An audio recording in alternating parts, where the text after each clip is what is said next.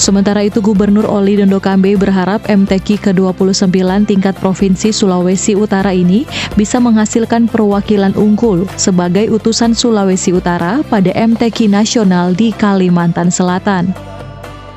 Tentunya kami sangat berterima kasih juga kepada pemerintah Kota Bitung karena peran serta yang sangat aktif dalam kegiatan acara ini.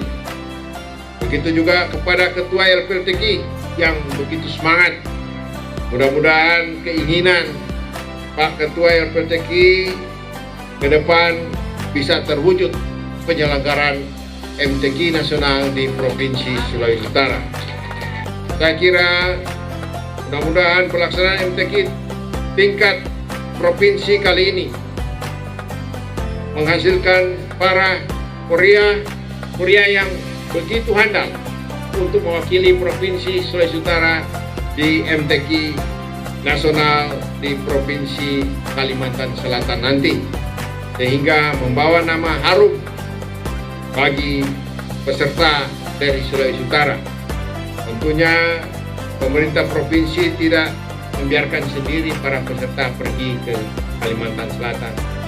Kita akan mensupport terus semua kegiatan-kegiatan sehingga pemerintah hadir di tengah-tengah masyarakat.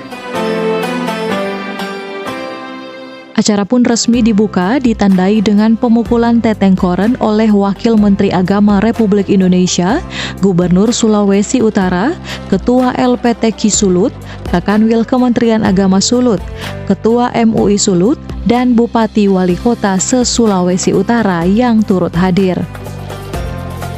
Di kesempatan ini, Gubernur Sulawesi Utara Oli Dondo Kambe dianugerahkan sebagai Bapak Persaudaraan Sulawesi Utara oleh Wakil Menteri Agama Republik Indonesia.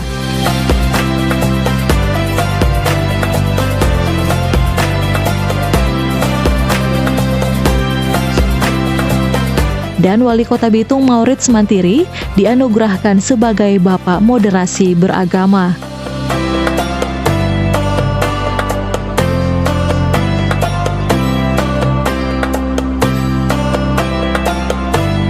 Ya memang kan harus didahului dari kesadaran dalam diri semua.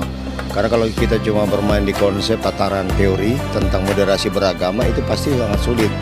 Oleh karena itu penetrasi dari tokoh-tokoh agama dalam bentuk kegiatan bersama ini yang sudah memulai. Nah, menumbuhkan ini kebiasaan menjadi karakter kami, ini pasti akan meningkatkan tuh efek daripada manfaat daripada tuh moderasi beragama.